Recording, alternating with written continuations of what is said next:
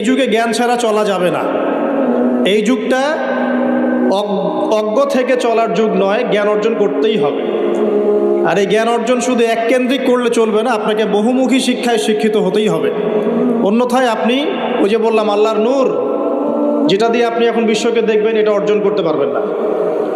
আরেকটা কথা বলে রাখি, অনেক ডিগ্রি সার্টিফিকেট অর্জন করার পরেও যদি মনের মধ্যে হিংসা আর অহংকার আর গীবত তহমতের সংস্কৃতি না যায়, ওই নোংরা কলবেও আল্লাহর নূর নাজিল হয় না।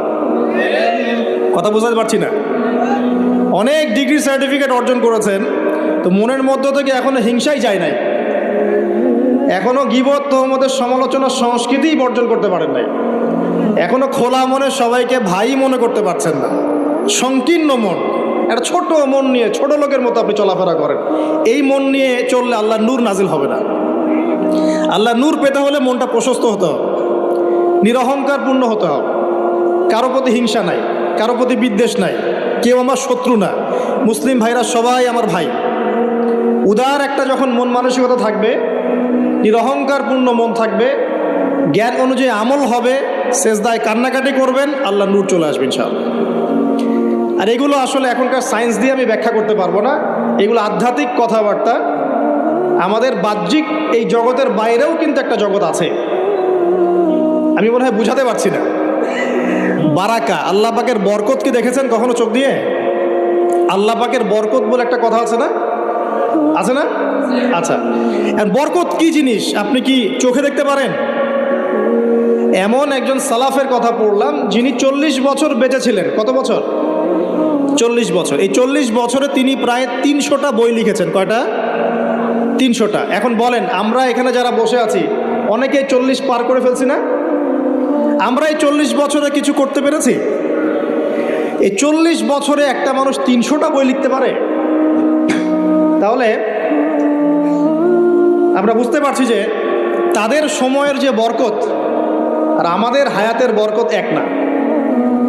বরকত সম্পূর্ণ ভিন্ন জিনিস, যেটা আমরা চাক্ষুষ দেখা জ্ঞান দিয়ে বিশ্লেষণ করতে পারবো না। পারবো না। আরও বোঝাচ্ছি, দেখুন রাসূলুল্লাহ সাল্লাল্লাহু আলাইহি ওয়াসাল্লাম সারাদিনে কত কাজ করতেন।